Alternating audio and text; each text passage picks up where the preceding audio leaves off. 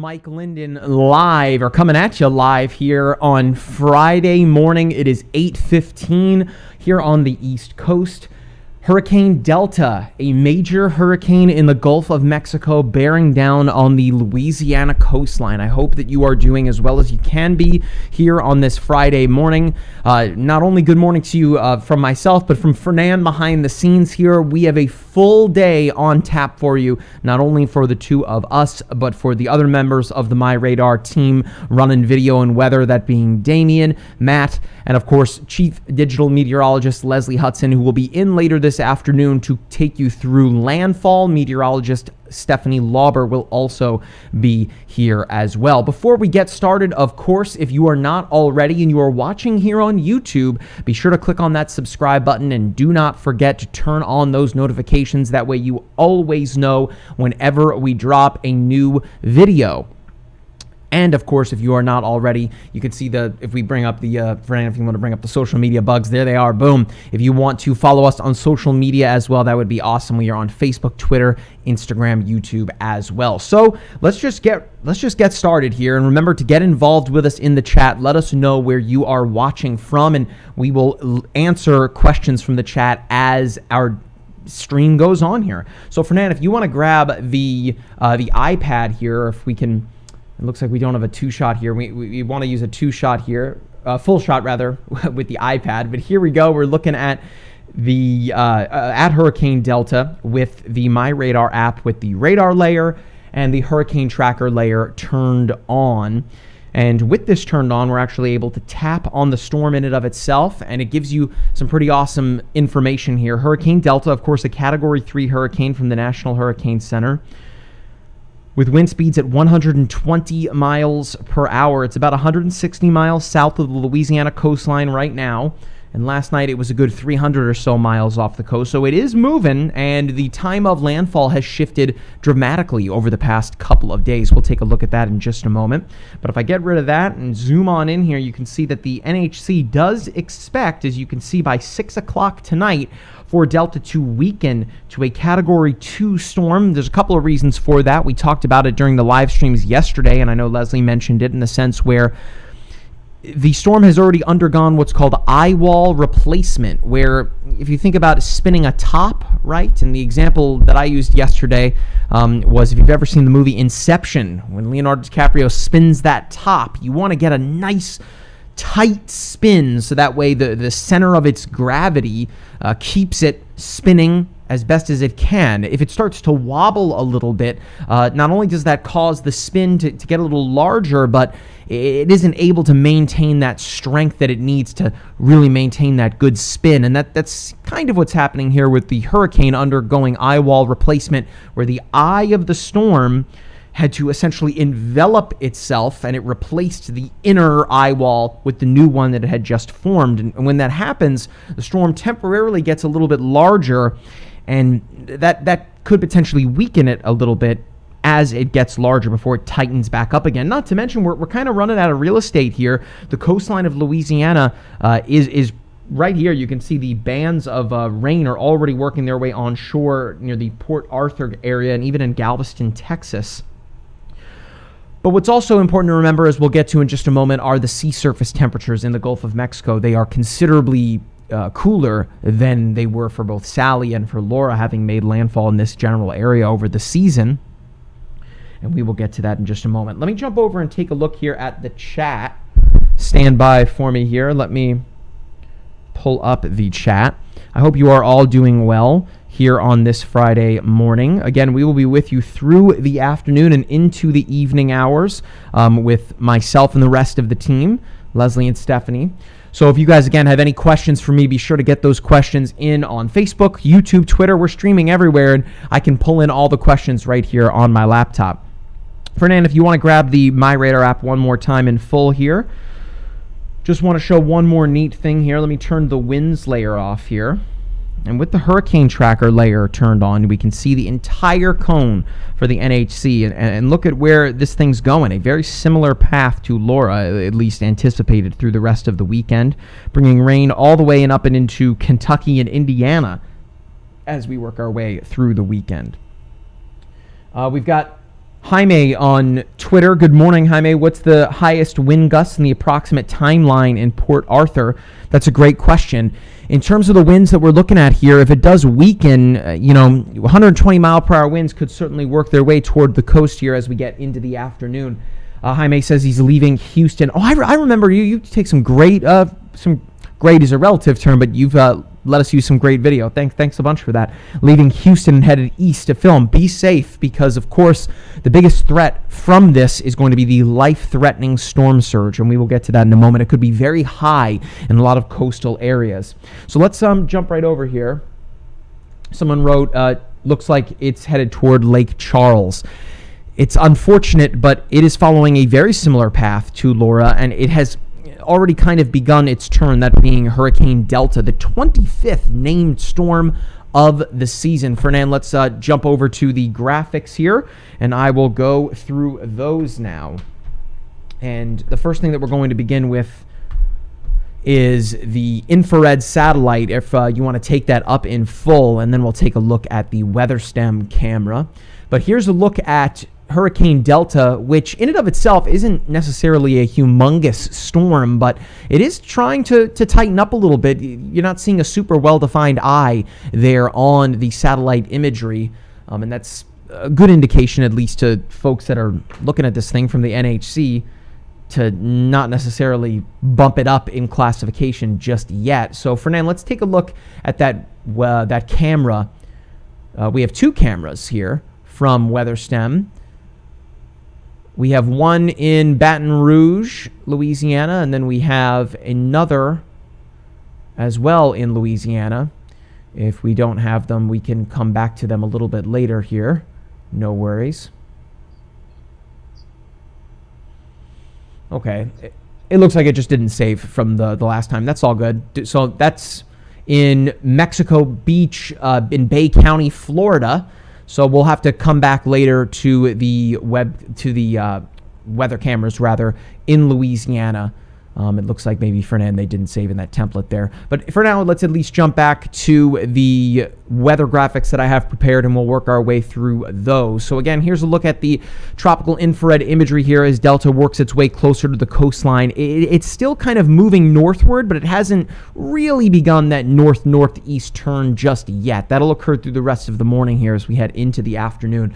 But in terms of the steering, we're going to look at the water vapor imagery here, and this is a really great product in the sense where it can really kind of show you a lot, right? So we have right here this drier air. This is a big trough of low pressure with the winds essentially going this way. We have Delta, of course, spinning counterclockwise and spinning and moving to the north. And then we have this big ridge of high pressure that's off here, off to the Atlantic, that's going that way. So we essentially have one steering current going this way and another steering current going this way, with the storm moving kind of in this general direction, right? So it's a really useful tool here with the water vapor in the sense that we can see a lot of wet air right here. Of course, that's Delta. And then you can really see that trough of dry air coming in over Texas. And let alone the fact that should help to steer Delta, but this drier air as well getting entrained into the storm will also, or could also, help to potentially weaken it too. Not to mention that if you have a storm moving, northeast, and you have this air coming in from the west, if not in a totally different direction here from the northwest, you got some shear going on there too, and that could also impact Delta's ability to strengthen.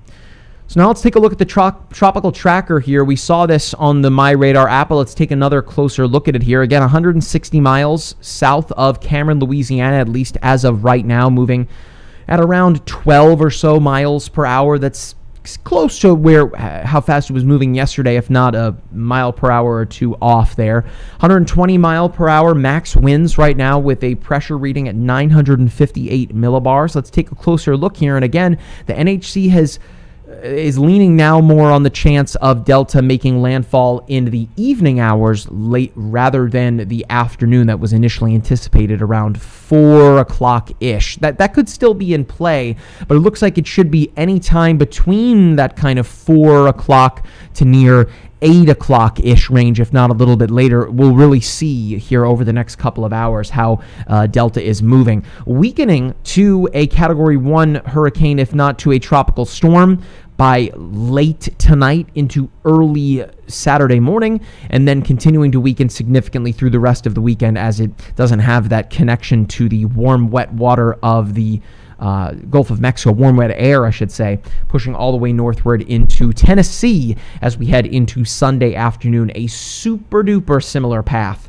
to Hurricane Laura from earlier this season. Now, I mentioned that the tropical storm surge is really going to prove to be one of the biggest players from this, and you'll notice that it really matches up very well with the watches and warnings that are currently in effect. That red color there from Morgan City all the way westward through to Port Arthur, and that kind of stops just to the east of Galveston there, that is a hurricane warning. And that is kind of, at least as it stands right now, kind of where landfall is at least anticipated to be from the NHC. Now, that doesn't have to necessarily be a direct hit right here. Remember, those winds that rotate around a hurricane go counterclockwise. And so that is where we expect to find the greatest storm surge, as that's where you're likely to find the strongest winds, in that right front quadrant. Elsewhere, tropical storm warnings in effect from New Orleans, Louisiana, all the way westward and through west of Galveston. And if I advance here, you'll notice that that matches up really well with the storm surge watches and warnings. But I'm kind of glad to see that the NHC and the National Weather Service are leaning kind of on the side of caution and issuing storm surge warnings for almost the entire coastline of the state of Louisiana. It's better to be safe than sorry in this particular instance, really. And this does extend into Texas as well, just a small portion of the coastline. You can see right here. But even if you are outside of that hurricane warning zone, if I go back to it here, you should almost be acting as if you are under it, honestly. It's just a better way to be prepared for an event like this, because in terms of doing any last-minute preps, that time is unfortunately over. Those needed to have been done, at least by now. Let's take a look at the potential inundation here, and this is essentially showing us how much water we expect to be where it isn't, right? That's what storm surge generally is. And notice where we're kind of seeing the bullseye, if you will, from Morgan City, or at least just to the east of it, just to the west of Lake Arthur. And that kind of matches up really well with where that hurricane warning is. And you look at some of those numbers, and they kind of have come down just a little bit, but it is still certainly life-threatening if you live in an area where you're seeing the oranges and reds. We're talking 6 to 9 feet of storm surge. The red areas from Lake Arthur to New Iberia, the red is greater than 9 feet. So think about, human beings, right? If you're 6 feet tall, that's essentially 2 6-feet people stacked on top of one another worth of water, right? It's a lot of water. So that's a big reason why you have to take this very, very seriously, not to mention the rain that is coming too. The number one killer when it comes to natural disasters, it's not deaths during a tornado. It's not deaths from lightning or hail or ice or snow. It's inland flooding by a mile. So you really need to, again, understand that if you do live really anywhere where there is possible storm surge, that you really need to take this very seriously. Not to mention, look how far east we are likely to see some inundation, even all the way up near Biloxi, Mississippi, potentially greater than a foot of storm surge, although this is going to be the greatest concentration of it, or at least is expected to be, from Cameron all the way to about Morgan City there in Louisiana. We talked about the temperatures of the water in the Gulf of Mexico, and those are going to prove to be, of course, very important when it comes to fueling Delta as a hurricane, a tropical cyclone in general. Their lifeblood is the warm water. And notice that where you see that blue color there, it looks like some of the buoys might be slow to pick up on some of the data there, but the blue representing cooler water. You really need above 81, 82 in order for hurricanes to maintain hurricane strength. Anything cooler than that, and it's going to start to weaken a little bit here. And what has happened is, of course, as we're getting later in the season, water is beginning to cool down, but it's been an incredibly active season, right? A very active season, especially for this particular area of the Gulf Coast. We're talking Hurricane Laura, Hurricane Sally, kind of stirring up the water there as they both kind of sat over this particular area of the Gulf for a good amount of time, at least comparatively to other storms. And what happens there is as these storms are churning up the water, bringing the water from deeper in the Gulf to the surface through a process called upwelling, that cooler water is replacing the warmer water at the surface. And that is essentially limiting some of the fuel that Delta has available to it. So that's kind of a silver lining for us in terms of the rest of this season. But even in the immediacy with Delta right now. Let's take a look at the European model. That's the ECMWF model. And I think as we get closer to landfall as well, we're going to take a look at the HER model too, which is a high-resolution rapid refresh model. But let's take a look at this here. The European, look at when it's showing landfall. Look at the time there in the top right-hand corner. That's 7:30 in the evening. So again, some models taking a little bit slower to get going, others taking it into the evening hours. And look at where the European has it going, very close to the NHC forecast, right within the cone there. And something very important to keep in mind is that if you live, right here on the western edge of the cone or the eastern edge, you might be thinking, oh, we're not that black line, we're good to go. That's not necessarily what you want to be looking at. Don't look at this black line. The only reason why I'm putting it there is to show you where the center of the cone is. But really anywhere within that cone, those two blue lines, is where you could potentially see a landfall. That is what that cone is for. It's a margin of error.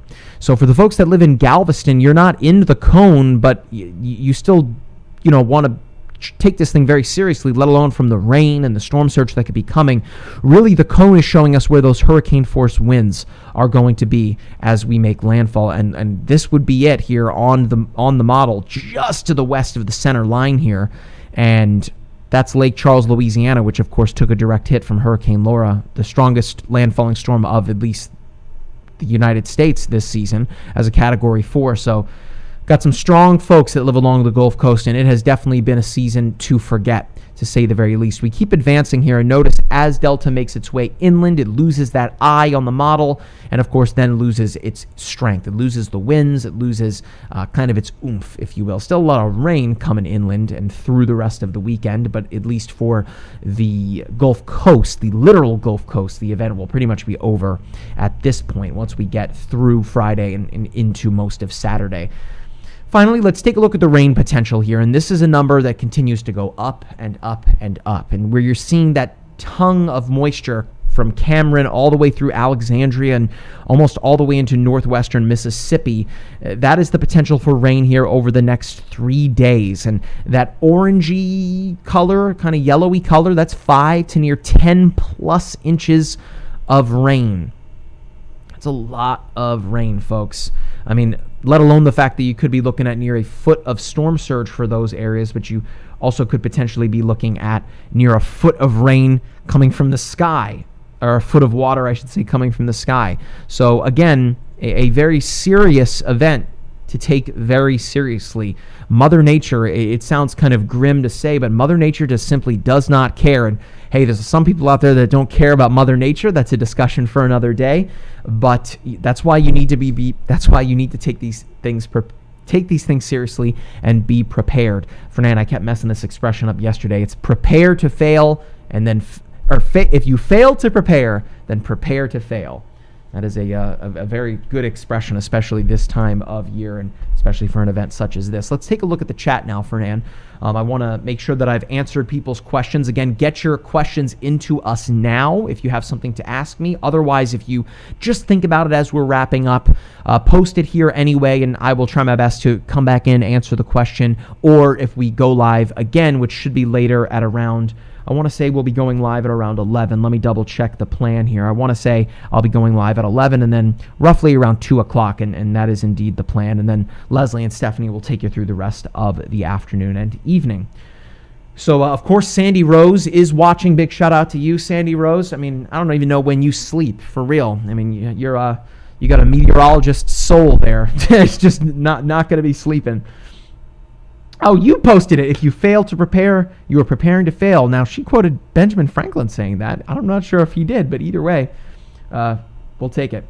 All right, we've got Jackie up this morning. Good morning, Jackie. Francis in southern Mississippi. expecting lots of rain in the Hattiesburg area, and that is the case, and you can see that there on the rainfall map. Fernand, if you want to bring that up again, the rainfall potential map here in the weather graphics. Yeah, take that one in full, the one behind me there. Perfect. And you can see the forecast for southern Mississippi there, Jackie. Or Francis, my apologies. Let me zoom on into this here, and you'll be able to see the rainfall numbers that are expected. And where you're seeing kind of that purplish color near Biloxi in the southern Mississippi, the purple dots, those are anywhere that are upwards of 3 to 5 inches of rain. And you could also, remember, as the hurricane spins counterclockwise, Fernand, if you want to pull me up again on camera with the chat here so I can do some weather charades. If you see this, if we divide a hurricane up into 4 quadrants, right, where you're going to find the strongest winds and the highest storm surge, as well as the most likely place to find tornadoes, it is going to be in the right front quadrant. Now, this is mirrored, right? It would be up here. Right front, right? That would be, nope, that's my left, I think. Yeah, up here, rather. The right front. Because as these storms spin counterclockwise, that's where you're getting, it's the expression, or the analogy that I like to use is when you're swinging a baseball bat, right? And you're connecting with the ball. I mean, that's because you're bringing all that force and you're swinging it counterclockwise toward that ball coming in the opposite direction there. Okay, let's take a look at the rest of the questions here. We've got Gwendolyn watching from Louisiana. I hope that you guys are going to be okay. You said you're on the east side of the cone. Yeah, even if you are on the eastern side of it, if you are within that cone, you need to prepare, period, the end. Even if you're just outside of it, I would still take things very seriously. You've more than likely run out of time if you haven't gone out and gotten the non-perishable foods and the supply of water for at least a week, the pet food, things like that. Something, if you have one of these and you have maybe forgotten to do so before you potentially lose power, because we're looking at some strong winds coming here, folks, and you could be dealing with some power outages, would be a power bank like this. I'll hold it up close to the camera where you can plug these USB devices into it. I mean, this is almost a necessity nowadays, unless, of course, you have a generator, which is a considerably better option. But this is a lot cheaper, right? You can get one of these, let alone on something like Amazon.com, but a lot of retailers will sell those to you where you can keep that charged, and then if you were to lose power, you can keep any device that's plugged in through USB charged as well, which, if you have a mobile phone, which I know most people do, you'll be able to reach out to emergency services, as well as to be able to get life-saving information from the National Weather Service, the National Hurricane Center, local officials in emergency management, and of course through the MyRadar app, so you can track the weather right along with us. Okay, so let's take a look here. Just a few more of the questions. Again, I hope you are all doing well. And for those of you that are watching, be sure to ask a question in the chat before we wrap things up here. Randy is asking about Tennessee, asking, should we be worried considering it's projected to go over the whole state? Randy, if you recall during Laura getting a lot of rain coming your way, I would expect things to be pretty similar to that in the sense that it will have lost a lot of its strength having been disconnected from the Gulf of Mexico for 2 days by the time it gets up to you guys into Sunday afternoon. But expect the winds to kind of pick up and for it to be kind of a gloomy and kind of wet Sunday. Certainly wouldn't be the best football weather if things were normal and you'd be able to go to the football stadium. I know in Tennessee you guys are all about the Volunteers, but hey, the Titans are good this year, right? Okay, let's take a look at what else we've got here. We've got Kid Paver on YouTube talking about being near Galveston in Texas. And again, you guys are outside of the cone, but you still want to be prepared with the rain and potential storm surge coming your way. You are under a tropical storm warning, which could be some rather gusty winds, potentially upwards of near 45 miles and greater. So I think that we should be good to go here with all of the questions. I don't want to take too long because we're going to be back for additional live streams this morning. So Fernand, if you want to pull up the social media channels, you got them there. Again, be sure to follow us across all of our social media channels, Facebook, Twitter, Instagram, and on YouTube as well. And remember, if you are watching on YouTube, be sure to click on that subscribe button and turn on notifications. That way you always know whenever we go live or whenever we drop a new video. And of course, if you haven't already, be sure to download the My Radar app, available across all major mobile platforms. Again, I will be back coming up at around 11 o'clock this morning for a full update, 11 o'clock Eastern, that is. But for all of us here on My Radar, from Fernan in the back, I am meteorologist Mike Linden. Stay safe and stay dry. We'll catch you in the next one.